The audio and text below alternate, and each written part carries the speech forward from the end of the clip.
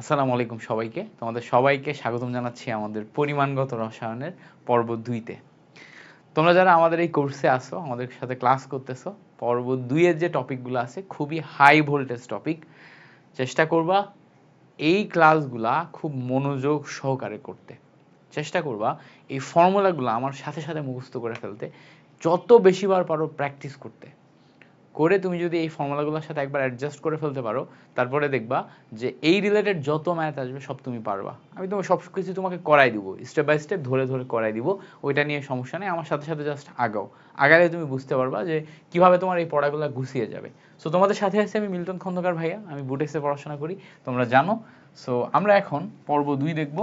পর্ব 2-তে যেগুলো যেগুলো আছে আমাদের পড়তে হবে। কি ব্যাপার, এটা যায় না কেন? বোর্ড কি হ্যাং করছে? করতে পারে, বোর্ডের ব্যাপার, হ্যাং করলে করুক। আমরা এখন এই পর্বে তোমার পরের যে টপিকগুলো আছে এগুলো দেখব। লিমিটিং বিক্রিয়ক, মোলারিটি, নর্মালিটি, শতকরা ঘনমাত্রা, পিপিএম, পিপিবি, পিপিটি, এগুলো দেখার চেষ্টা করব। প্রথমে আসি আমরা লিমিটিং বিক্রিয়কের কাছে যদি যাই। লিমিটিং বিক্রিয়ক কি? লিমিটিং বিক্রিয়ক সম্পর্কে আগে পড়াশোনা শেষ করতে হবে। সো লিমিটিং বিক্রিয়ক কথাটার মানে কি? বিক্রিয়াতে আমরা একাধিক বিক্রিয়ক ব্যবহার করি। যেমন ধরো এতক্ষণ পর্যন্ত তোমাকে আমি যে কয়টা বিক্রিয়া দেখাইছি, একটাই বিক্রিয়া দেখাইছি বারবার, কারণ এই বিক্রিয়া থেকে প্রশ্ন সবচেয়ে বেশি আসে। সেটা হচ্ছে নাইট্রোজেন এবং 3টা হাইড্রোজেন মিলে 2 মোল অ্যামোনিয়া তৈরি করে। তো দেখো এখানে আমাদের 2টা বিক্রিয়ক আছে, এইটা একটা বিক্রিয়ক রিঅ্যাক্ট্যান্ট, এটা একটা বিক্রিয়ক। তো এই 2টা বিক্রিয়কের ভিতরে ধরো একটার পরিমাণ তুমি বেশি নিলা, একটার পরিমাণ কম নিলা। তো একটার পরিমাণ বেশি নিলে সেটা বিক্রিয়া পাত্রে থেকে যাবে, আর একটা পরিমাণ কম নিলে সেটা আগে শেষ হয়ে যাবে। তো আগে শেষ হয়ে গেলে যে আগে শেষ হয়ে যাবে ও তো বিক্রিয়া থামিয়ে দিচ্ছে। সাপোজ ধরো হাইড্রোজেনের সাপ্লাই তুমি যদি বন্ধ করে দাও, তাহলে কি উৎপাদ পাবা? উৎপাদ পাবা না। হাইড্রোজেনের সাপ্লাই বন্ধ করে দিলে উৎপাদ পাবা না। সেমভাবে নাইট্রোজেনের সাপ্লাই বন্ধ করে দিলে উৎপাদ পাবা না। কারণ অ্যামোনিয়া তৈরি হইতে গেলে তোমার হাইড্রোজেনও লাগবে, নাইট্রোজেনও লাগবে। তো কোনো একটা সাপ্লাই যদি বন্ধ হয়ে যায়, তাহলে সে হইছে বিক্রিয়াটা থামাই দিবে। আর যে বিক্রিয়া থামাবে সে লিমিটিং বিক্রিয়ক। তাহলে লিখবো আমরা যে বিক্রিয়া থামাবে সে হচ্ছে লিমিটিং বিক্রিয়ক। যে বিক্রিয়া থামাবে তাকে আমরা কি বলবো? লিমিটিং বিক্রিয়ক বলবো। লিমিটিং বিক্রিয়ক, লিমিটিং বিক্রিয়ক। তো লিমিটিং বিক্রিয়ক এইটা যে সংজ্ঞা আমরা নিলাম, লিমিটিং বিক্রিয়ক মানে লিমিটিং রিঅ্যাক্ট্যান্ট, এটাকে এলআর দিয়ে প্রকাশ করলাম, এরপর থেকে আমি এলআর লিখব। তাহলে লিমিটিং বিক্রিয়ক বিক্রিয়া থামাই কথাটার মানে হচ্ছে লিমিটিং বিক্রিয়ক আগে শেষ হয়ে যায়। এলআর এটা হচ্ছে কি আগে শেষ হয়, আগে শেষ হয়, বা এইটার আরেকটা ভাষায় বলা যায় যে পরিমাণে কম থাকে। পরিমাণে কম যে থাকে সে হচ্ছে লিমিটিং বিক্রিয়ক, এভাবে আমরা বলতে পারি। এখন লিমিটিং বিক্রিয়ক এটা বের করব কিভাবে? দেখো লিমিটিং বিক্রিয়ক বের করার তোমার হচ্ছে যে 9-10-এ তুমি বড় প্রসেস শিখছো, ঐকিক নিয়মে কিভাবে লিমিটিং বিক্রিয়ক বের করতে হয়। প্রথমে তুমি হাইড্রোজেন দিয়ে উৎপাদ বের করবা, তারপর তুমি নাইট্রোজেন দিয়ে উৎপাদ বের করবা। যেটা দিয়ে কম উৎপাদ হবে সেটা লিমিটিং বিক্রিয়ক, যেটা দিয়ে বেশি উৎপাদ হবে ওটা লিমিটিং বিক্রিয়ক না, ওটা পরীক্ষা পাত্রে থেকে যায় বা বিক্রিয়া পাত্রে থেকে যায়। এইভাবে আমরা দেখছি। বাট ওইভাবে করতে গেলে তুমি এমসিকিউ সলভ করতে পারবে না। এমসিকিউ এর জন্য তোমার ট্রিক লাগবে। ট্রিকটা কি? দেখো আমরা সহগ অনুপাত সূত্র দেখেছিলাম। সহগ অনুপাত সূত্র অনুযায়ী সাপোজ ধরো আমি এখানে নাইট্রোজেন নিলাম প্লাস 3 হাইড্রোজেন নিলাম, বিক্রিয়া শেষে আমার 2 মোল অ্যামোনিয়া প্রস্তুত হলো। এই বিক্রিয়ার আমি যদি মোল এবং তোমার বিক্রিয়ার তোমার যে সহগ এটা দিয়ে সহগ অনুপাত সূত্র অ্যাপ্লাই করি, তার মানে n of nitrogen divided by 1 আসবে, n of hydrogen divided by 3 আসবে, n of ammonia ammonia divided by 2 আসবে। এটাই তো আমার সহগ অনুপাত সূত্র। তো সহগ অনুপাত সূত্র অনুযায়ী প্রত্যেকের অনুপাত সমান হওয়ার কথা। যদি আমরা সহগ দিয়ে ভাগ করি, ভাগ করলে এই যে অনুপাত তৈরি হচ্ছে এই অনুপাত একজন আরেকজনের সাথে সমান হবে, একজন আরেকজনের সাথে সমান হবে। তো ভালো করে খেয়াল করলে দেখব এই জায়গাতে আমরা সহগ অনুপাত সূত্র লিখছি টোটাল জিনিসটার উপর, তাই না? সহগ অনুপাত সূত্র লিখছি টোটাল জিনিসটার উপর। বাট এখানে একটা খেয়াল করার বিষয় হচ্ছে এইটা আমার রিঅ্যাক্ট্যান্ট আর এইটা আমার রিঅ্যাক্ট্যান্ট। সো এরা দুইটাও সমান, তার মানে n of hydrogen, n of hydrogen এবং n অফ যে নাইট্রোজেন যেটা আছে এইটা যে অনুপাত, এটা যে অনুপাত এটা কি সমান, এই দুইটা হচ্ছে আমার বিক্রিয়ক। তো এই দুইটা আমার স্বাভাবিকভাবে সমান হওয়ার কথা। এখন অনুপাত সমান হওয়ার কথা, বাট অনুপাত সমান না হয়ে এটা অসমানও হতে পারে, অসমানও হতে পারে। তো এটা সমান না হয়ে যদি অসমান হয়, অসমানের ক্ষেত্রে আমাদের দুইটা কেস তৈরি হয়। একটা কেসে আমার নাইট্রোজেন বেশি হাইড্রোজেন কম, আরেকটা কেসে নাইট্রোজেন কম হাইড্রোজেন বেশি। তো আমি একটু কেস দুইটাকে আলাদা করে লেখার চেষ্টা করি। দেখো n of nitrogen divided by 1 এইটা যদি কম হয় আর n of hydrogen divided by 3 এটা যদি বেশি হয় রেশিওর ক্ষেত্রে, তাহলে যেটা পরিমাণে কম সেটা লিমিটিং বিক্রিয়ক আমরা জানি। তাহলে পরিমাণে যেহেতু আমার নাইট্রোজেন কম, নাইট্রোজেন হবে আমার limiting reactant, as simple as that. পরিমাণে যেহেতু নাইট্রোজেন কম, নাইট্রোজেন হবে আমার লিমিটিং রিঅ্যাকট্যান্ট। আরেকটার ক্ষেত্রে আমরা দেখলাম n of nitrogen divided by 1 আর n of hydrogen divided by 3, এই যে রেশিও, এই রেশিওর ভিতরে যদি নাইট্রোজেন বেশি এবং হাইড্রোজেন কম হয়, তাহলে এই যে অংশটা আছে এইটা পরিমাণে কম হওয়ার কারণে এইটা হচ্ছে আমার লিমিটিং রিঅ্যাকট্যান্ট। তো লিমিটিং রিঅ্যাকট্যান্টের ক্ষেত্রে যে পরিমাণে কম হয় সে হচ্ছে লিমিটিং রিঅ্যাকট্যান্ট। আবার বলি, যে পরিমাণে কম হয় সে লিমিটিং রিঅ্যাকট্যান্ট। করব কিভাবে? এই অনুপাত দিয়ে আমরা বের করব। তাহলে এই অনুপাত দিয়ে ইজিলি বের করা যায়। এখন বের করার জন্য ধরো আমি একটা উদাহরণ দিয়ে তোমাকে দেখাবো, একটা উদাহরণ দিয়ে দেখালে তুমি বুঝতে পারবে। তোমার কাছে ধরো বলে দিলাম যে নাইট্রোজেন এবং 3 হাইড্রোজেন বিক্রিয়া করে তোমার 2 মোল অ্যামোনিয়া প্রস্তুত করছে। হ্যাঁ, কয় মোল? 2 মোল অ্যামোনিয়া প্রস্তুত করছে। লিমিটিং রিঅ্যাকট্যান্ট বের করতে হবে। তো তোমাকে বলে দিছে যে তুমি এখানে নাইট্রোজেন ব্যবহার করছো 5 গ্রাম এবং হাইড্রোজেন ব্যবহার করছো 3 গ্রাম। এখন বলছে 5 গ্রাম এবং 3 গ্রাম এই দুইটার ভিতরে কোনটা লিমিটিং রিঅ্যাকট্যান্ট। এখন করার জন্য তুমি 5 গ্রাম দিয়ে অ্যামোনিয়া বের করবা, 3 গ্রাম দিয়ে অ্যামোনিয়া বের করবা, তারপর দেখবা কোনটা থেকে কম অ্যামোনিয়া বের হচ্ছে, সেটা লিমিটিং রিঅ্যাকট্যান্ট। ওইটা একটা ওয়ে। আরেকটা সহজ ওয়ে হচ্ছে জাস্ট 2 লাইনে সহগুণানুপাত সূত্র বের করে তুড়ি দিয়ে 5 সেকেন্ডে বের করে ফেলতে পারবা। কিরকম? তুমি লিখবা n of nitrogen divided by 1, n of hydrogen divided by 3। হিসাব অনুযায়ী এটা সমান হওয়ার কথা। তো এটা হিসাব অনুযায়ী সমান হওয়ার কথা, একটু আমরা দেখার চেষ্টা করি। নাইট্রোজেনের ক্ষেত্রে তুমি যদি বসাও, নাইট্রোজেনকে তুমি যদি ভাঙো, মোলকে ভাঙলে W/m হবে। W এর পরিমাণ দেখো 5 গ্রাম দেয়া আছে, m এর পরিমাণ নাইট্রোজেনের জন্য 28। ওকে, হাইড্রোজেনের জন্য সেম 1/3 তুমি লিখলা, n কে ভাঙলে W/m হবে। W/m থাকলে W এর পরিমাণ 3 গ্রাম দেয়া আছে, m এর পরিমাণ কত এখানে ভাইয়া? m এর পরিমাণ দেখো, m এর পরিমাণ হাইড্রোজেনের জন্য 2। তাহলে এখানে ভালো করে খেয়াল করলে দেখবা যেখানে আমরা একটা সংখ্যা পাচ্ছি, একটা হচ্ছে 5 ডিভাইডেড বাই 28, আরেকটা পাচ্ছি 3 ডিভাইডেড বাই 6, আরেকটা কত? 3 ডিভাইডেড বাই 6। সো খেয়াল করে দেখো 3 ডিভাইডেড বাই 6 মানে এইটা আর এটা কেটে যে 1/6 হয়, আমি সরাসরি লিখতে হচ্ছে 1/2 হয়। তো দেখো তো কোনটা বড় কোনটা ছোট, দেখেই বোঝা যাচ্ছে 1/2 মানে হাফ বড় আর 5/28 অনেক ছোট। তাহলে হিসাব অনুযায়ী এই সাইড বড় আর এই সাইড ছোট হয়ে যাচ্ছে। তাহলে বড় কে হচ্ছে, খেয়াল করে দেখো এই অংশটা বড় হয়ে, এই অংশটা ছোট হচ্ছে আর এই অংশটা বড় হয়ে যাচ্ছে। সো যেইটা ছোট সেইটা আমার লিমিটিং রিঅ্যাকট্যান্ট। তাহলে এখান থেকে আমি লিমিটিং রিঅ্যাকট্যান্ট বলে ফেলতে পারতেছি কারকে? নাইট্রোজেনকে। নাইট্রোজেনের পরিমাণ ছোট বা কম আকারে আছে, সো কম যে সে লিমিটিং রিঅ্যাকট্যান্ট, কম কে? নাইট্রোজেন। জাস্ট এইটুকু করেই তুমি এই 2 লাইন করেই বলে দিতে পারবা। বুঝতে পারছো? অনেক ক্ষেত্রে খাতায় করাই লাগবে না, তুমি জাস্ট 1 লাইন রাফ করেই বলে দিতে পারবা। ইকুয়েশন দেখবা 1 লাইন রাফ করবা, এইটুকুই যথেষ্ট। তো এইটা হচ্ছে আমার লিমিটিং রিঅ্যাকট্যান্টের কনসেপ্ট। লিমিটিং রিঅ্যাকট্যান্টের বেসিক কনসেপ্ট হচ্ছে এরকম। তো এইভাবে আমরা পারবো কিনা বলো? সিম্পলি পারার কথা। সাপোজ ধরো আরেকটা রিঅ্যাকশন দেখাই, তোমার কাছে ক্যালসিয়াম অক্সাইড এবং কার্বন ডাইঅক্সাইড আছে। ক্যালসিয়াম অক্সাইড কার্বন ডাইঅক্সাইড মিলে তোমার এখানে তুমি জানো যে ক্যালসিয়াম কার্বনেট তৈরি হয়। তো ক্যালসিয়াম অক্সাইড আর কার্বন ডাইঅক্সাইড উভয়ের সমন্বয়ে ক্যালসিয়াম কার্বনেট তৈরি হয়। এখানে বলে দিছে ক্যালসিয়াম অক্সাইডের ক্ষেত্রে বলে দিছে এইটার পরিমাণ আছে হচ্ছে 20 গ্রাম, আর কার্বন ডাইঅক্সাইডের জন্য বলে দিছে এইটার পরিমাণ আছে হচ্ছে দেখো 11 গ্রাম। এবার আমার বলে দিল যে কে লিমিটিং রিঅ্যাকট্যান্ট। কিভাবে করব? দেখো এটা সব 1:1 অনুপাতে আছে। 1:1 অনুপাতে থাকলে n of calcium oxide equals to n of carbon dioxide, দুইটা সমান হওয়ার কথা। এখন n কে ভাঙলে W/m হবে, W এর পরিমাণ দেখো 20 গ্রাম দেয়া আছে, ডিভাইডেড বাই ক্যালসিয়াম অক্সাইডের আণবিক ভর হচ্ছে 56, তাহলে 20 ডিভাইডেড বাই 56 হয়।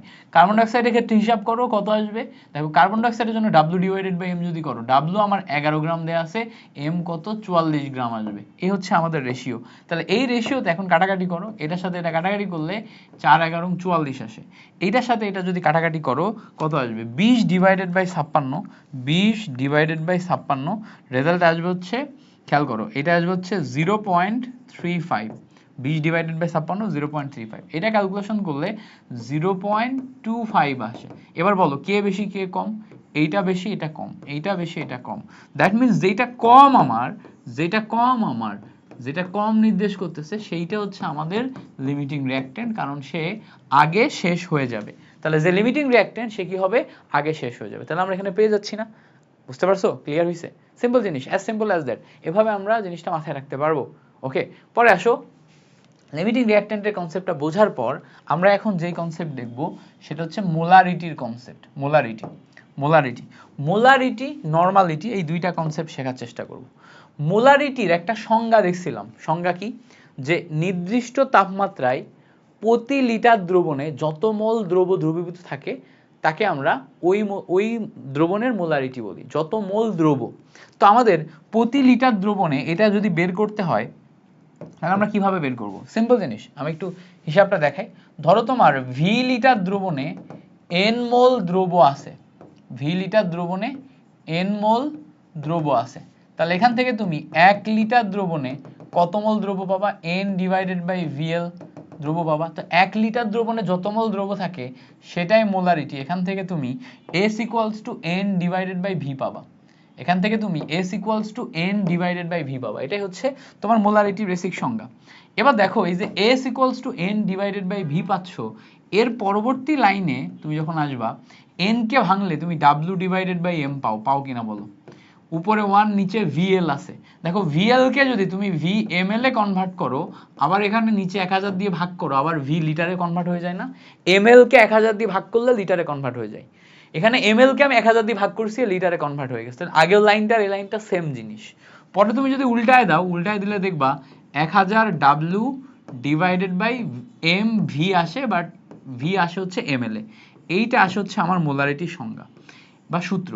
এই যে মোলারিটির একটা সূত্র লিখে ফেললাম আমরা, এই সূত্র ব্যবহার করে আমরা সমস্ত জিনিস বের করতে পারবো। এই সূত্রটা ব্যবহার করে মোলারিটির এই একটা সূত্র ইউজ করব। এখন মোলারিটির যে একটা সূত্র ইউজ করব, এই সূত্রে কে আসলে কি, এস হচ্ছে আমার মোলারিটি, এস হচ্ছে আমার কি মোলারিটি। তো এস কে আমার মোলারিটি বলবে, কখনো কখনো এস কে মোলার ঘনমাত্রা বলবে, মোলার ঘনমাত্রা। সো মোলারিটি বলবে, মোলার ঘনমাত্রা বলবে, শুধু ঘনমাত্রা বলবে, এটা এস দিয়ে প্রকাশ করা হয়। ডাব্লু হচ্ছে দ্রবের ভর, ডাব্লু কি দ্রবের ভর। সো যেই দ্রব্য আমরা নিব সেই দ্রবের যে ভর, এটাকে ডাব্লু দিয়ে প্রকাশ করে। এমটা কি, এমটা হচ্ছে ওই দ্রবের আণবিক ভর, আণবিক ভর। আর ভিএমএল হচ্ছে মিলিলিটারে, এমএল এ দ্রবণের আয়তন, দ্রবণের যে আয়তন হবে সেটা এমএল এ নিব আমরা, এমএল এ নিব, সেটা হচ্ছে আমাদের ভিএমএল। এইগুলা এবার খেয়াল করো, আমাদের এখানে এই যে মোলারিটি, এইটা আবার কয়েক ধরনের হবে, কয়েকটা প্রমাণ দ্রবণ আছে। কথাটা একটু মাথায় রাখবো, দ্রবণটার নাম কি, প্রমাণ দ্রবণ। প্রমাণ দ্রবণ দ্বারা বোঝায় যেই দ্রবণের ঘনমাত্রা জানা আছে, যেই দ্রবণের ঘনমাত্রা জানা আছে, জানা ঘনমাত্রা, ঘনমাত্রা জানা যেটা আছে, তাদেরকে আমরা প্রমাণ দ্রবণ বলি। যেই দ্রবণের ঘনমাত্রা আমাদের জানা তারা হচ্ছে প্রমাণ দ্রবণ। এখন যদি আমরা কখনো এমন শুনি যে মোলার দ্রবণ, মোলার দ্রবণ, তখন আমাদের বুঝে নিতে হবে মোলার দ্রবণ মানে বোঝাচ্ছে এই দ্রবণের ঘনমাত্রা 1 মোলারিটি। মোলার দ্রবণ মানে বোঝাচ্ছে এই দ্রবণের ঘনমাত্রা 1 মোলারিটি। তার মানে মোলার দ্রবণ একটা প্রমাণ দ্রবণ, কারণ এর ঘনমাত্রা আমার জানা। কখন যদি আমাদের এরকম বলে সেমি মোলার দ্রবণ, কি বলবে, সেমি মোলার দ্রবণ। তো সেমি মোলার দ্রবণ বললে আমাদের বুঝে নিতে হবে এই দ্রবণের ঘনমাত্রা হচ্ছে 0.5, সেমি মানে 0.5। এটাকে আবার কখনো কখনো 0.5 কে 1/2 লেখা হয়, মানে 1/2 m লেখা হয়, বা m/2 মোলারিটি লেখা হয়। এটাও কিন্তু একটা প্রমাণ দ্রবণ, এটাও কি একটা প্রমাণ দ্রবণ, মানে এই দ্রবণের ঘনমাত্রা আমার জানা। এবার কখনো কখনো তুমি সেমির জায়গায় ডেসি কথাটা পাবা, ডেসি মোলার দ্রবণ এরকম পাবা। সো ডেসি মোলার দ্রবণ পাওয়া মানে 0.1 মোলারিটি, এটা হচ্ছে আমার এস এর ভ্যালু।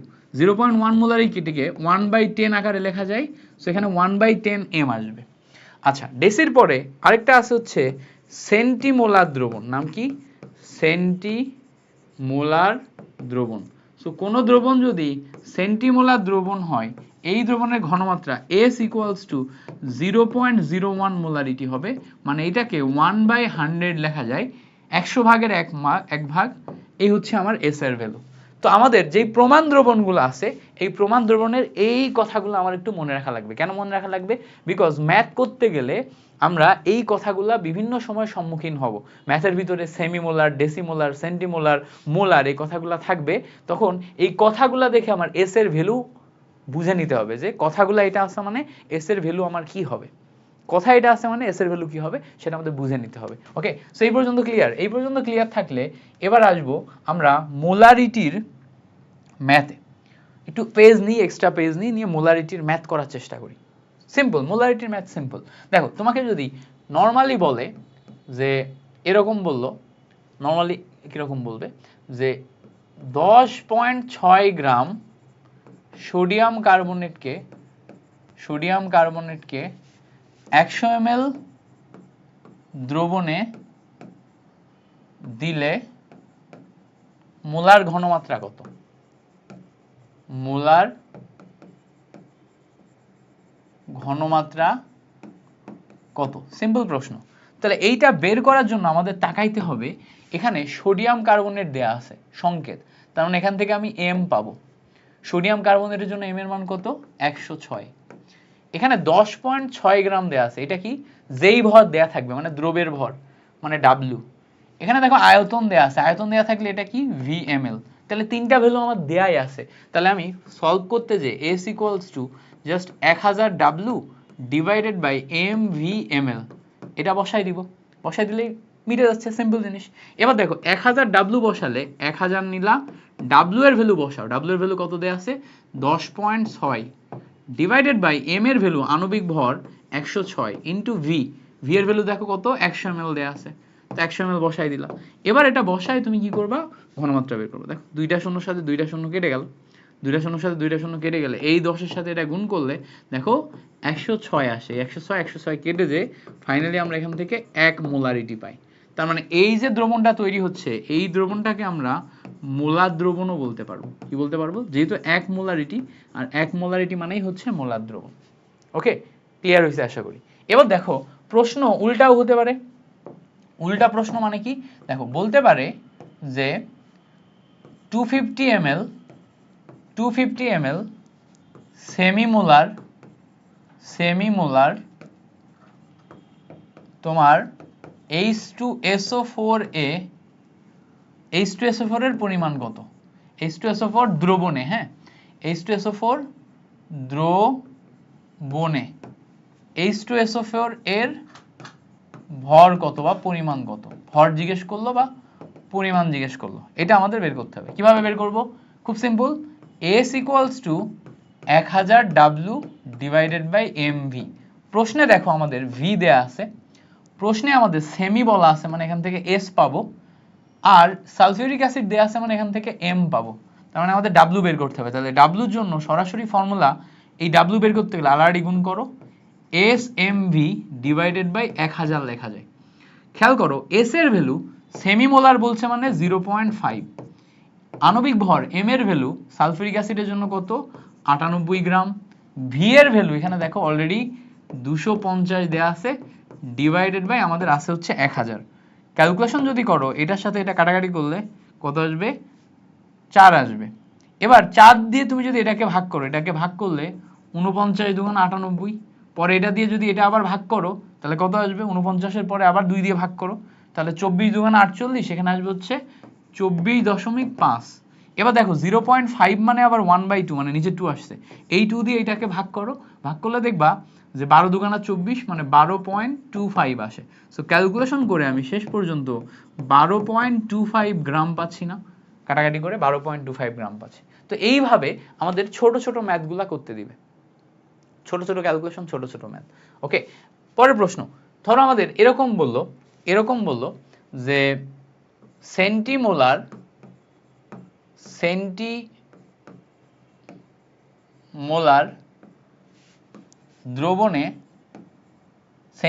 দ্রবণে 10 গ্রাম আমরা যদি সোডিয়াম হাইড্রোক্সাইড দিই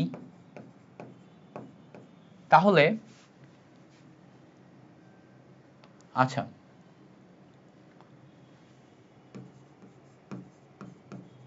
তাহলে আয়তন কত? প্রশ্নটা একটু কেমন লাগতেছে শুনতে, মানে এরকম প্রশ্ন হইতে পারতো যে কত আয়তনে আমরা 10 গ্রাম সোডিয়াম হাইড্রোক্সাইড দিলে সেন্টিমোলার ঘনমাত্রা দ্রবণ তৈরি হবে, এভাবে হইতে পারতো। বাট যেভাবে লিখছি প্রশ্নটা বুঝছো আশা করি। তো এখানে ভালো করে দেখো, সেন্টিমোলার বলা আছে মানে S ইকুয়ালস টু 0.01, এটা হচ্ছে সেন্টিমোলার, এত মোলারিটি। 10 গ্রাম বলা আছে তার মানে W ইকুয়ালস টু আমাদের কি 10 গ্রাম। সোডিয়াম হাইড্রোক্সাইড বলা আছে মানে M ইকুয়ালস টু সোডিয়াম হাইড্রোক্সাইডের জন্য 40, সোডিয়াম হাইড্রোক্সাইডের জন্য M কত 40। ওকে, এবার আমাদের চাইছে আয়তন, তাহলে আমরা জানি S equals to 1000 W divided by mv, যেখানে v আমার ml এ। এই v এর ভ্যালু যদি বের করতে চাই তাহলে v ml ইকুয়ালস টু আমার ভ্যালু আসবে উপরে 1000 W, নিচে m ইনটু s। ভ্যালুগুলা বসাও, 1000 বসালা, w এর ভ্যালু বসাও, w এর ভ্যালু কত দেয়া আছে 10, ডিভাইডেড বাই দেখো m মানে কত 40, ইনটু s এর ভ্যালু সেন্টিমোলার মানে 0.01, এটা আসবে, একটা শূন্য কম হবে এখানে। তাহলে এখন যদি তুমি ক্যালকুলেশন করো দেখো কি পাচ্ছ, এই শূন্যর সাথে এই শূন্য কেটে যাচ্ছে, এই শূন্যর সাথে এই শূন্য কেটে যাচ্ছে। এবার দেখো এই 4 দিয়ে তুমি যদি 1000 কে ভাগ করো তাহলে 250 আসে। এবার এই যে 0.01 যেটা আছে এটাকে তুমি জানো 1/100 লেখা যায়। এই 100 উপরে যদি নিয়ে যাও তাহলে 250 এর পরে দুইটা শূন্য আসবে, এত ml পাওয়া যায়। কত ml? 25000 ml। 25000 ml মানে হচ্ছে 25 লিটার হবে। তার মানে আমাদের এখানে আয়তন হইতে হবে 25 লিটার। 10 গ্রাম দিয়ে যদি করতে চাও আয়তন হইতে হবে কত? 25 লিটার। অবাস্তব একটা ভ্যালু ডেফিনেটলি, জাস্ট হচ্ছে মেলানোর জন্য দিছি। ঘনমাত্রা অনেক কম না, সেন্টি মানে অনেক কম ঘনমাত্রা। তো ঘনমাত্রা যদি তোমাকে এত কম করতে হয় মাত্র 10 গ্রাম সোডিয়াম হাইড্রোক্সাইড দিয়ে, তার মানে 25 লিটার পানি তোমার দেয়াই লাগবে, তাছাড়া হবে না। তো আশা করি এই ব্যাপারটা বুঝতে পারছো, এবং কিভাবে S equals to 1000 W by mv একটা ফর্মুলা দিয়ে সব করে ফেলতে পারতেছো। তো তোমার কাজ হচ্ছে আমি জায়গা থেকে হোমওয়ার্ক লিখে দিই, তোমার কাজ হচ্ছে S equals to 1000 W divided by mv এই ফর্মুলা মুখস্থ করা এবং এই রিলেটেড যত প্রবলেম সামনে আসে সবগুলা মুখে মুখে সলভ করার ট্রাই করা। বিশেষ করে ভার্সিটি ক প্রশ্ন ব্যাংকে আমি এগুলার এই ফর্মুলার সমস্ত ম্যাথ দেখাইছি, ওগুলা সলভ করা। ওকে, এবার আসো এটা থেকে আরেকটু কঠিন জায়গাতে যাব। কঠিন জায়গাতে যখনই যাব তখন আমাদের চলে আসবে হচ্ছে শতকরা ঘনমাত্রার হিসাব। তো শতকরা ঘনমাত্রা আসলে কিছুই না, শতকরা ঘনমাত্রা খুব সিম্পল একটা কনসেপ্ট, সেটা হচ্ছে x পার্সেন্টেজ দেয়া থাকে। x পার্সেন্টেজকে আমরা শতকরা ঘনমাত্রা বলি, এইটাকে আমরা কি বলি? শতকরা ঘনমাত্রা। x পার্সেন্টেজ যেটা, এটাকে আমরা বলি শতকরা ঘনমাত্রা। কখনো কখনো তোমার এরকম বলা থাকবে যে 5%, কখনো কখনো বলা থাকবে 10%, কখনো কখনো বলা থাকবে 15%। এর মানে কি? এর মানে হচ্ছে x এর ভ্যালু 5 হতে পারে, x এর ভ্যালু 10 হতে পারে, x এর ভ্যালু 15 হতে পারে। যত পার্সেন্টেজ দেয়া থাকবে x এর ভ্যালু তত, যত পার্সেন্টেজ দেয়া থাকবে x এর ভ্যালু তত। এখন এখানে একটা ব্যাপার আছে, ব্যাপারটা কি? 5% এই কথাটার মানে হচ্ছে 5 ডিভাইডেড বাই 100। এবার এটা দ্বারা দুইটা আলাদা আলাদা জিনিস বোঝায়। উপরে যেই 5 আছে এই 5 হচ্ছে W, W মানে কি? W মানে হচ্ছে ভর। কিসের ভর? দ্রবের ভর। আর নিচে যেটা আছে এটা হচ্ছে V, V মানে কি? V মানে হচ্ছে আয়তন। কিসের আয়তন? দ্রবণের আয়তন। তাহলে এইটা হচ্ছে দ্রব বুঝায় আর এটা আসলে দ্রবণ বুঝায়। তার মানে আসলে 5% যেটা, এটা আসলে basically W by V percentage বোঝায়। কি percentage? W by V percentage. তো এটা আমাদের মাথায় রাখতে হবে। যদি কখনো আমরা 5% বুঝি তার মানে 100 ml এ 5 গ্রাম, এটা হচ্ছে দ্রব আর এটা হচ্ছে তোমার কি? দ্রবণ। এটা হচ্ছে দ্রবণ, এটা হচ্ছে দ্রব। তো 100 ml এ 5 গ্রাম, 5%। এবার খেয়াল করো, যদি তোমাকে এরকম বলে যদি তোমাকে এরকম বলে যে এরম 5% দেয়া আছে, তাহলে কেমনে করব? ফর্মুলা দিয়ে করা যায়, ফর্মুলা প্রতিপাদন করা যায়। আমি ভাবছিলাম প্রতিপাদন তোমাদের ক্লাসে দেখাবো, প্রতিপাদন দেখায় অকারণে সময় নষ্ট কর না। তো সময় নষ্ট না করে সরাসরি সূত্র মুখস্থ করতে হবে কোনটা সেটা বলে দিই। সূত্র হচ্ছে s equals to 10x divided by m। Basically আমি হচ্ছে অ্যাডমিশন ক্লাসে সূত্র প্রতিপাদন করে দেখাই, বাট তোমরা বহুত প্রতিপাদন এটা সেটা দেখছো লাইফে, বাট প্রতিপাদন তো তোমার কোনো কাজেই লাগে না, তাই না? সো বেসিকটা বলে দিলাম, এবার ফর্মুলাটা মুখস্থ করো। এখানে ফর্মুলার ভিতরে খেয়াল করো, শতকরা ঘনমাত্রার যে ফর্মুলা, এই যে শতকরা ঘনমাত্রার ফর্মুলা, শতকরা ঘনমাত্রার যে ফর্মুলা, এটার দিকে তাকালেই বুঝতে পারবা এস এক্স এম আছে, এস এক্স এবং এম আছে, তিনটা জিনিস। এস এক্স এম এর ভিতরে এম হচ্ছে আণবিক ভর, এস হচ্ছে ঘনমাত্রা, আর এক্স হচ্ছে শতকরা ঘনমাত্রা। তো এখন তোমাকে যদি আমি বলি 5% সোডিয়াম হাইড্রোক্সাইড এর মোলারিটি কত, এর মোলারিটি কত? তো 5% সোডিয়াম হাইড্রোক্সাইডের মোলারিটি চাচ্ছে, তাহলে মোলারিটি বের করতে গেলে S equals to 10x divided by m, তাহলে মোলারিটি মানে S এর ভ্যালু, তাহলে 10 into x এর ভ্যালু কত? খেয়াল করে দেখো তো, x এর ভ্যালু এখানে আমাদের 5, তাই না? x এর ভ্যালু 5, 5% মানে x এর value 5, x percentage divided by sodium হাইড্রোক্সাইডের আণবিক ভর কত? 40। কাটাকাটি করলে খেয়াল করো 5 divided by 4 আসে 1.25 মোলারিটি। 5 divided by 4 মানে 1.25 মোলারিটি। তাহলে এখান থেকে আমরা 5% সোডিয়াম হাইড্রোক্সাইডের মোলারিটি পেয়ে গেলাম না? এভাবে সিম্পল জিনিসের মাধ্যমে করা যায়। ধরো এখন তোমাকে আমি এই প্রশ্নটাকে যদি করতে বলি যে 5% সোডিয়াম কার্বনেট এর মোলারিটি কত? 5% সোডিয়াম কার্বনেটের মোলারিটি, তখন তুমি কি করবা? সেম ভাবে S equals to 10x divided by m করবা। দেখো 10 নিলা, x এর ভ্যালু কত? 5 ডিভাইডেড বাই m এর ভ্যালু কত? সোডিয়াম কার্বনেট মানে 106। সো উপরে আসে 50, নিচে আসে 106। এটা হুবহুব মেইন বইয়ের একটা ম্যাথ, হুবহুব মেইন বইয়ের ম্যাথ। এটার ভ্যালু আসে 0.49 মোলারিটি। মুখস্থ রাখো যে 5% সোডিয়াম কার্বনেট বললে এখান থেকে আমার ভ্যালু বের করে এটা আসবে, মনে রাখো, ঠিক আছে? হুবহুব বইয়ের ম্যাথ। ওকে, সো যদি এই ছোট ছোট ম্যাথগুলো আসা না পারো, তাহলে তোমার মতো অভাগা দুর্ভাগা কেউ নাই। তো শতকরা ঘনমাত্রার আরেকটা ম্যাথ আমরা করব। যদি আমাদের কখনো বলে 10% সোডিয়াম কার্বনেট এর মোলারিটি, তখন আমরা কি করব? 10% সোডিয়াম কার্বনেট বলছে, same formula S equals to 10x divided by m। 10 নিলাম, x এর ভ্যালু দেখো 10, m এর ভ্যালু সোডিয়াম কার্বনেট মানে 106। ক্যালকুলেশন করলে উপরে 100 নিচে 106, ক্যালকুলেশন করলে 0.98 মোলারিটি আসে, 0.98 মোলারিটি আসে। এটাও ডিরেক্ট মুখস্থ করবা, যখনই 10% বলবে, যখনই 10% এবং সোডিয়াম কার্বনেট বলবে, তখন রেজাল্ট আসবে 0.49। ডিরেক্ট মুখস্থ করবা, হ্যাঁ? এমসিকিউ এর জন্য ইম্পর্টেন্ট, এই জন্য দেখাই দিলাম। এবার দেখো উল্টাটাও আসতে পারে। উল্টাটা কি? উল্টাটা হচ্ছে বলবে 0.5 মোলারিটি, 0.5 মোলারিটি তোমার H2SO4 এর শতকরা ঘনমাত্রা কত? 0.5 মোলারিটি H2SO4 এর শতকরা ঘনমাত্রা কত? তো শতকরা ঘনমাত্রা মানেই তো x এর ভ্যালু, তাই না? তাহলে আমরা এখানে ফর্মুলা পাচ্ছিলাম S equals to 10x divided by m।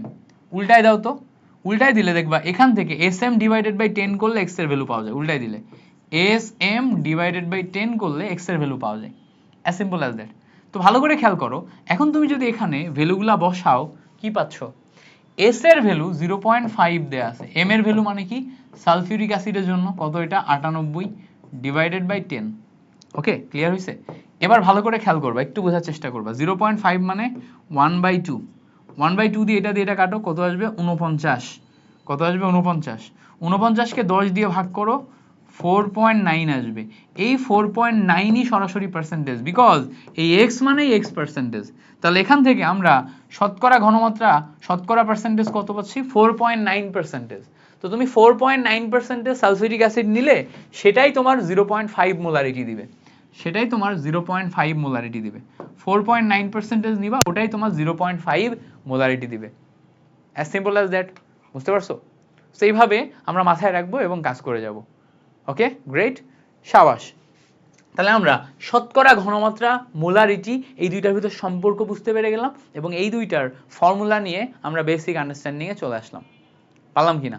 Okay, great. তাহলে এই ফর্মুলা লিখে ফর্মুলার থেকে সব সলভ দেখে ফেললাম।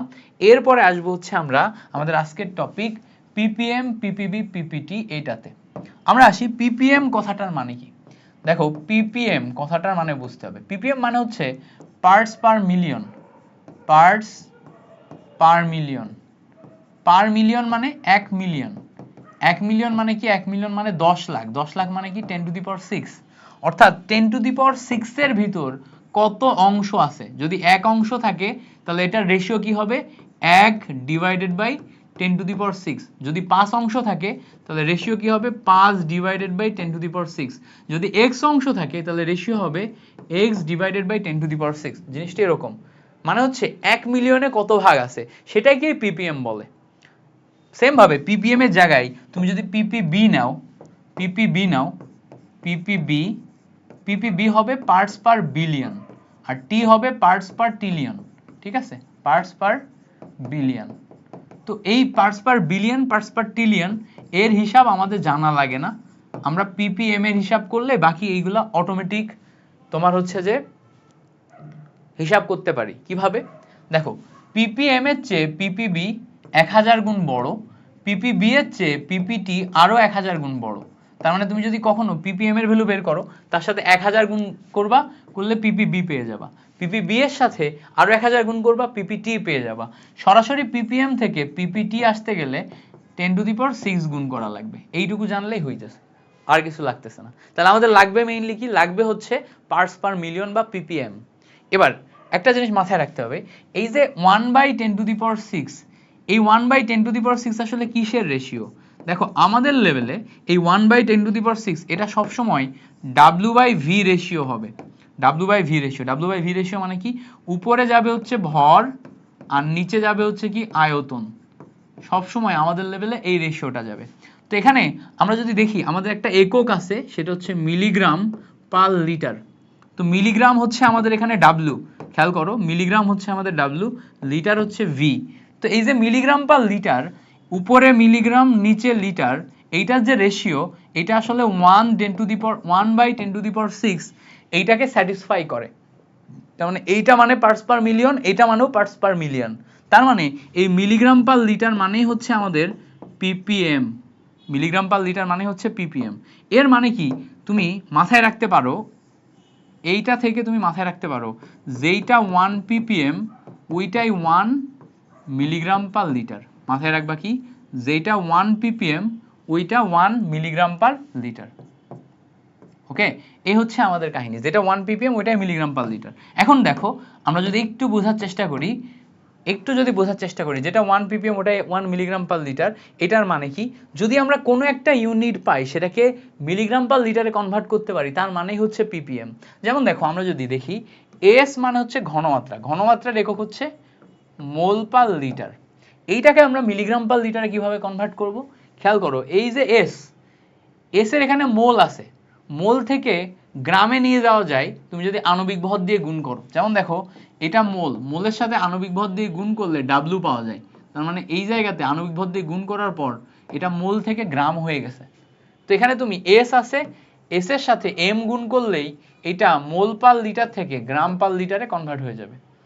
আচ্ছা, এবার গ্রাম পার লিটার থেকে তুমি মিলিগ্রামে রূপান্তর করতে যাচ্ছ, তাহলে তুমি 1000 দিয়ে গুণ করবা, আরো 1000 দিয়ে তুমি যদি গুণ করো, তাহলে এটা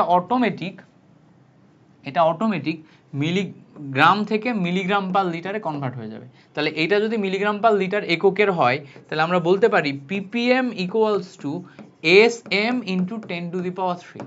দেখো, এত কাহিনী করলাম, এত কাহিনী করে প্রতিপাদন তোমার দরকার নেই, তুমি যদি এইটুকু মনে রাখো, ppm মানেই হচ্ছে sm into 10 to the power 3। That's it.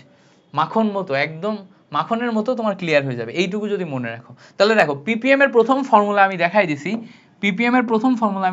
তিনটা ফর্মুলা লাগবে, তিনটা থেকে ম্যাথ আসে, এর বাইরে থেকে আসে না। ppm এর প্রথম ফর্মুলা দেখাই দিছি, sm into 10 to the power 3, এটা হচ্ছে প্রথম ফর্মুলা।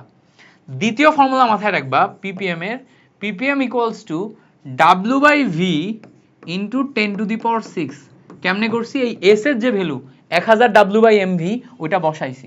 এবার এখানে মাথায় রাখতে হবে নিচের যে ভি এটা কিন্তু মিলিলিটারে, ওই যে 1000 W/MV তে মিলিলিটারে নিছিলাম সেই মিলিলিটার এখনো আছে, এটা কিন্তু মিলিলিটারে। এবার মাথায় রাখবো যদি আমি ppm আমি শতকরা ঘনমাত্রা দিয়ে বের করতে চাই, x দিয়ে বের করতে চাই, তাহলে কত হবে, x ইন্টু 10⁴ এটা হবে। এই তিনটা ফর্মুলা তুমি যদি জানো তাহলে তুমি সব ধরনের ম্যাথ পারবা, সব ধরনের ম্যাথ পারবা। তো এই তিনটা ফর্মুলা দিয়ে আমি একটু ম্যাথ করা শেখাবো তোমাকে।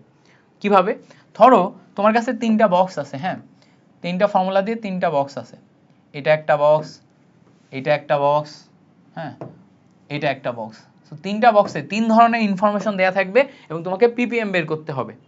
একটু দেখার চেষ্টা করি। তোমাকে বলছে যে 0.5 মোলারিটি H2SO4, এইটার ppm বের করতে বলছে। 0.5 মোলারিটি H2SO4 বের করতে হবে। তোমাকে বললো, খেয়াল করো, তোমাকে বললো যে 0.5 গ্রাম বা 0.5 না 5 গ্রাম দিয়ে দিই, 5 গ্রাম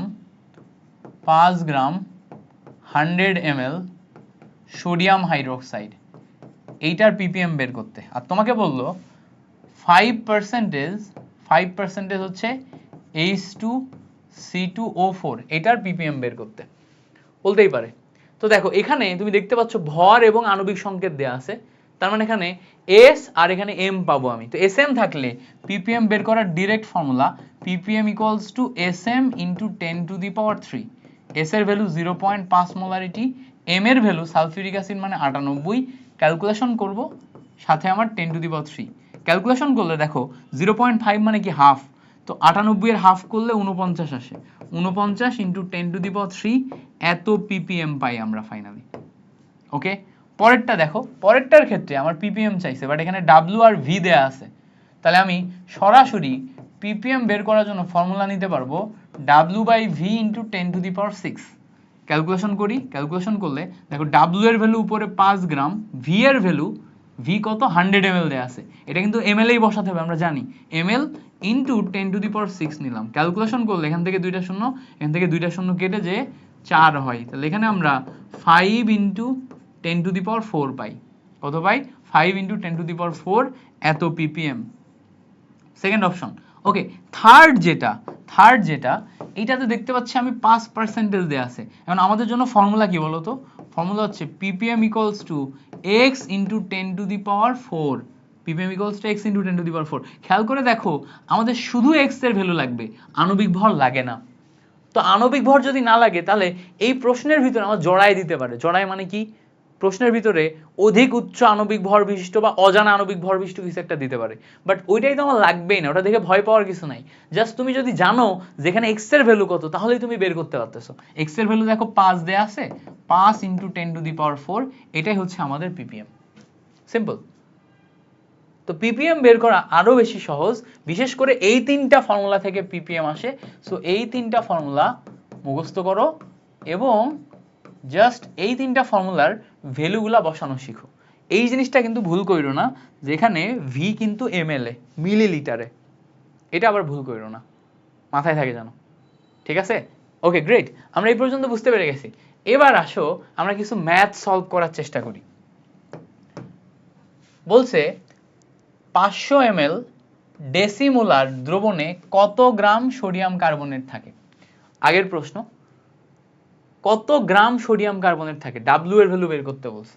সো আমরা জানি সরাসরি ফর্মুলা আছে w equals to smv divided by 1000, সরাসরি মুখস্থ করছিলাম। s এর ভ্যালু কত বলতো, এখানে ডেসিমোলার, ডেসি মানে কত, ডেসি মানে 0.1 মোলার, m এর ভ্যালু সোডিয়াম কার্বনেট মানে 106, v এর ভ্যালু এখানে কত বলতো 500 ml ডিভাইডেড বাই 1000, 1000 মানে কি, এই যে ভ্যালু আমাদের 1000, এটার সাথে এটা কাটাকাটি করলে দেখো 2 আসবে, এইটার সাথে যদি এটা কাটাকাটি করো তাহলে পাবা তুমি 53। আচ্ছা এবার দেখো উপরে 53, 0.1 মানে 1/10, 1/10 করলা, এটা দিয়ে এটা কাটাকাটি করলে দেখো 5.3 গ্রাম আসে। ঠিক আছে, উত্তর ক্যালকুলেশন করে তুমি এখানে বি নাম্বার পাচ্ছ, কারেক্ট আনসার 5.3 গ্রাম। ক্লিয়ার হয়েছে? ক্লিয়ার হয়ে যাওয়ার কথা। পরে আসো, পরে বলছে 20% সোডিয়াম হাইড্রোক্সাইডের মোলারিটি কত, মোলারিটি জিজ্ঞেস করছে 20%। যখনই পার্সেন্টেজ থাকবে আমরা কি করব, যখনই পার্সেন্টেজ থাকবে, মাঝে মাঝে লম্বা সময় ক্লাস নিলে বোর্ড হচ্ছে উল্টাপাল্টা কাজ করে, যেমন এই বোর্ড প্রায় 5 ঘন্টা ধরে অন আছে, ইলেকট্রিসিটিও বহুত খায়, আমার মান্থলি প্রায় 4-5 হাজার টাকার উপরে ইলেকট্রিসিটি বিল আসে বাসায়। সো ইটস ইটস মানে কি বলবো, টেরিফিক একটা থিং। এবার আসো, এস ইকুয়ালস টু আমরা জানি ফর্মুলা হচ্ছে 10x divided by M, formula এটা জানি। এখানে কত পার্সেন্ট দেওয়া আছে দেখো, 20%, তাহলে 10 into 20 divided by M, M মানে কত, সোডিয়াম হাইড্রোক্সাইড, এম মানে হচ্ছে 40। ক্যালকুলেশন করো, এই শূন্য কেটে গেল, এই দুইয়ের সাথে এটা কাটাকাটি করলে 4 দুগুণা, তাই না, 2 দুগুণা 4, এটার সাথে যদি এটা কাটাকাটি করো দেখো আসবে হচ্ছে 5 দুগুণা 10, সেখান থেকে আমরা পাবো হচ্ছে 5 মোলারিটি। কত পাবো, 5 মোলারিটি। সেখান থেকে আমাদের আনসার আসছে হচ্ছে 5 মোলারিটি, বুঝতে পারছো। পরে আসো, পরে বলছে 100 ml সোডিয়াম হাইড্রোক্সাইডের দ্রবণে 0.5 গ্রাম সোডিয়াম হাইড্রোক্সাইড আছে, এই দ্রবণের একক মানে ppm এ কত একক হবে। তাহলে এখানে ভালো করে খেয়াল করো, ভর এবং আয়তন দেয়া আছে, তো ভর এবং আয়তন দেয়া থাকলে আমরা জানি ppm হচ্ছে w/v ইন্টু 10⁶। w এর ভ্যালু কত, 0.5 দেয়া, v কত 100 ml দেয়া, ইন্টু 10⁶ দেয়া। দেখো এখানে 100 ml যেহেতু আছে, এটা ml এ হবে, এটাই বসে গেল। এটার সাথে এটা কাটাকাটি করো, কাটাকাটি করলে 10⁴ থাকে, এইটা দিয়ে এটা গুণ করো, গুণ করলে দেখবা 5000 আসবে, 4টা শূন্য একটা শূন্য এটা তৈরি করে দিবে। তো এখান থেকে আমরা 5000 ppm পাচ্ছি হচ্ছে correct answer. So D is the correct answer. পরে বলছে দেখো 5% সোডিয়াম হাইড্রোক্সাইড দ্রবণের ঘনমাত্রা কত, এটা অলরেডি করাইছি। 5% সোডিয়াম হাইড্রোক্সাইড, তো আমরা কি পাবো বলো তো, ঘনমাত্রা, মোলার ঘনমাত্রা যদি জিজ্ঞেস করে তাহলে S ইকুয়ালস টু আমরা জানি 10x ডিভাইডেড বাই m, তাহলে উপরে 10 into 5 divided by m, sodium হাইড্রোক্সাইডের জন্য কত 40, ক্যালকুলেশন করলে 1.25 আসে। So A number correct answer. এই যে যেগুলো আলাদা করে করাচ্ছি না, এগুলো সবই বিভিন্ন ইউনিভার্সিটিতে আসা কোশ্চেন, আলাদা করে যেগুলো করাচ্ছি সব ইউনিভার্সিটিতে আসা কোশ্চেন, ইউনিভার্সিটিতে আসা কোশ্চেন ভার্সিটি ক কোশ্চেন ব্যাংক থেকে ছবি তুলে কালো বানায় সাদা বানায় আমি এখানে বসাইছি। ওকে, এগুলো হচ্ছে ইউনিভার্সিটিতে আসা কোশ্চেন, ইউনিভার্সিটিগুলো তুলি নাই পাশে, বাট সবই ওই সেম কোশ্চেন। পরে কোশ্চেন দেখো, বলছে যে 50 ml পানির নমুনা বিশ্লেষণ করলে এত মিলিগ্রাম আয়রন পাওয়া গেল, ppm এককে তোমার বের করো। তো ভালো করে খেয়াল করো, আমার এখানে অলরেডি মিলিগ্রাম দেয়া আছে, আর এখানে আমার 50 ml দেয়া আছে। তো 50 ml মানে কত লিটার সেটা যদি বের করতে পারি তাহলে মিলিগ্রাম পার লিটার দিয়ে করতে পারবো, প্রথম কথা। অথবা আমরা এটাও কিন্তু করতে পারি, ppm বের করার ডিরেক্ট ফর্মুলা হচ্ছে, এটা যেহেতু ভর বুঝাই, w/v ইন্টু 10⁶। তো এখানে w এর ভ্যালু খেয়াল করো 5 মিলিগ্রাম দেয়া আছে, 5 মিলিগ্রাম মানে হচ্ছে 5 ইন্টু 10⁻³ এটা মিলিগ্রাম থেকে গ্রামে নিয়ে যাইতে গেলে, তাহলে উপরে যাবে 5 ইন্টু 10⁻³ ইন্টু 10⁶ আসেই, ডিভাইডেড বাই v, v কত ml হবে 50 বসাই দিলাম। এবার ক্যালকুলেশন করো, কাটাকাটি করো, মিলে যাবে, এটার সাথে এটা কেটে গেল, এই শূন্যর সাথে এটা কাটাকাটি করলে 10⁵ হয়, এটার সাথে এটা কাটাকাটি করলে 100 আসে। সো এখান থেকে আমরা ভ্যালু পাই 100 ppm। সো কারেক্ট আনসার কত হয়, 100 ppm যেটা আছে সেটা, as simple as that. Just তুমি যেভাবে চিন্তা করতে চাও ওইভাবেই তোমার মিলে যাবে। আমি সবসময় ফর্মুলা দিয়ে চিন্তা করার চেষ্টা করি, ম্যানুয়ালি কম করি, ম্যানুয়ালি করলে মাথার ভিতর গুলায় যায়, ঘুরপাক খায়, এই জন্য ফর্মুলা দিয়ে করার চেষ্টা করি। পরে আসো, পরে বলছে 250 ml 0.1 মোলারিটি H2SO4 দ্রবণে কত গ্রাম H2SO4 আছে, তাহলে এই দ্রবণে কত গ্রাম H2SO4 আছে সেটা বের করতে বলছে। এই দ্রবণে কত গ্রাম H2SO4 আছে, তাহলে গ্রাম মানে ভর, ভর বের করতে গেলে আমরা জানি S equals to 1000, S equals to, আচ্ছা ফর্মুলা দেখাই, S ইকুয়ালস টু এই W equals to SMV divided by 1000, এটা আসবে। তো S এর ভ্যালু দেখো 0.1 মোলারিটি, M এর ভ্যালু কত, সালফিউরিক অ্যাসিড 98, V এর ভ্যালু দেখো 250 ml ডিভাইডেড বাই 1000। ক্যালকুলেশন করলে দেখো এটার সাথে এটা ক্যালকুলেশন করলে 4 আসবে। এবার এটা দিয়ে এটা ক্যালকুলেশন করবা, কত আসবে 49, 49 কে অর্ধেক করলে তোমার 24.5। ওকে, পরে এখান থেকে ক্যালকুলেশন করলে 2.45 গ্রাম আসে। 2.45 গ্রাম ক্যালকুলেশন করো, এতক্ষণ ধরে তো মুখে মুখে করাচ্ছি, পারার কথা। 2.45 গ্রামই আসে, ক্যালকুলেশন করে কত আসে? 2.45 গ্রাম। ওকে, পরে আসো, পরে আমরা লঘুকরণ সূত্রে যাব। বাট লঘুকরণ সূত্রে যাওয়ার আগে একটা জিনিস আমরা মিস করে গেছি, সেই জিনিসটা এখন একটু দেখার চেষ্টা করব। কি মিস করে গেছি? মিস করছি যে জিনিস, সেটা হচ্ছে নর্মালিটি মিস করে গেছি। নর্মালিটি শেখাইতে মিস করে গেছি। সো নর্মালিটির ডিটেল ব্যাখ্যা আছে, বাট নর্মালিটির ডিটেল ব্যাখ্যা এখন আমি 1 ঘন্টার ক্লাসে তোমাকে বুঝাইতে চাচ্ছি না। নর্মালিটিতে জাস্ট একটা নতুন জিনিস আছে, সেটা হচ্ছে তুল্য সংখ্যা। তুল্য সংখ্যা এই জিনিসটা বুঝতে হবে। আরেকটা আছে হচ্ছে তুল্য ভর, এই জিনিসটা বুঝতে হবে। তুল্য ভরেও এমসিকিউ আসে, তুল্য সংখ্যাতেও এমসিকিউ আসে। তো যেহেতু আমরা এমসিকিউ এর জন্য করতেছি, আমাদের অনেক ডিটেল লাগবে না, আমরা যতটুকু লাগবে ততটুকু পড়ব। তুল্য সংখ্যা জিনিসটা কি? তুল্য সংখ্যা জিনিসটার সংজ্ঞা এরকম, যার যা আছে তাই তার তুল্য সংখ্যা। যার যা আছে তাই তার তুল্য সংখ্যা। তাহলে তুল্য সংখ্যা কি? যার যা আছে সেটাই তার তুল্য সংখ্যা। যেমন ধরো আমরা যদি একটা অ্যাসিড নিই, H2SO4 সালফিউরিক অ্যাসিড, তাই না? তারপরে H2SO4 অ্যাসিডের কথা বলতেছি, আমরা অ্যাসিডের কথা বলতেছি। H2SO4 sulphuric acid, HCl hydrochloric acid, HNO3 nitric acid. অ্যাসিডে কি আছে বলো তো? অ্যাসিডে হাইড্রোজেন প্লাস আয়ন আছে। তো যার কাছে যা আছে সেটাই তার তুল্য সংখ্যা। অ্যাসিডে 2টা হাইড্রোজেন প্লাস আয়ন আছে, এই জন্য তুল্য সংখ্যা 2। অ্যাসিডে একটা হাইড্রোজেন প্লাস আয়ন আছে, এই জন্য তুল্য সংখ্যা 1। অ্যাসিডে একটা হাইড্রোজেন প্লাস আয়ন ছাড়তে পারে, এই জন্য তুল্য সংখ্যা 1। সো যে কয়টা ছাড়তে পারবে সেটাই তার তুল্য সংখ্যা। অ্যাসিডের পরিবর্তে তুমি যদি ক্ষার নাও, লাইক ক্ষার কারা? যেমন ধরো ক্ষারের ভিতর সোডিয়াম হাইড্রোক্সাইড ক্ষার, ম্যাগনেসিয়াম হাইড্রোক্সাইড ক্ষার, অ্যালুমিনিয়াম হাইড্রোক্সাইড ক্ষার, এই টাইপের ক্ষারগুলা যদি নাও, বা এগুলা থেকে ধাতুও পাওয়া যায়। এখানে কি আছে? এখানে হাইড্রোক্সিল মাইনাস আয়ন আছে। তাহলে হাইড্রোক্সিল মাইনাস আয়ন এখানে দেখো একটা থাকলে তুল্য সংখ্যা 1। এখানে আছে দুইটা থাকলে তুল্য সংখ্যা 2। এখানে আছে তিনটা থাকলে তুল্য সংখ্যা 3। তো এগুলো হচ্ছে তোমার বুঝতে হবে কার তুল্য সংখ্যা কত। তো এখন যদি আমি তোমাকে বলি তুল্য ভর জিনিসটা কি? তুল্য ভরকে ই দিয়ে প্রকাশ করা হয়, আণবিক ভরকে তুল্য সংখ্যা দিয়ে ভাগ করলে তুল্য ভর পাওয়া যায়। আণবিক সংখ্যাকে আণবিক ভরকে তুল্য সংখ্যা দিয়ে ভাগ করলে তুল্য ভর পাওয়া যায়। তো দেখো সোডিয়াম কার্বনেট, ঠিক আছে?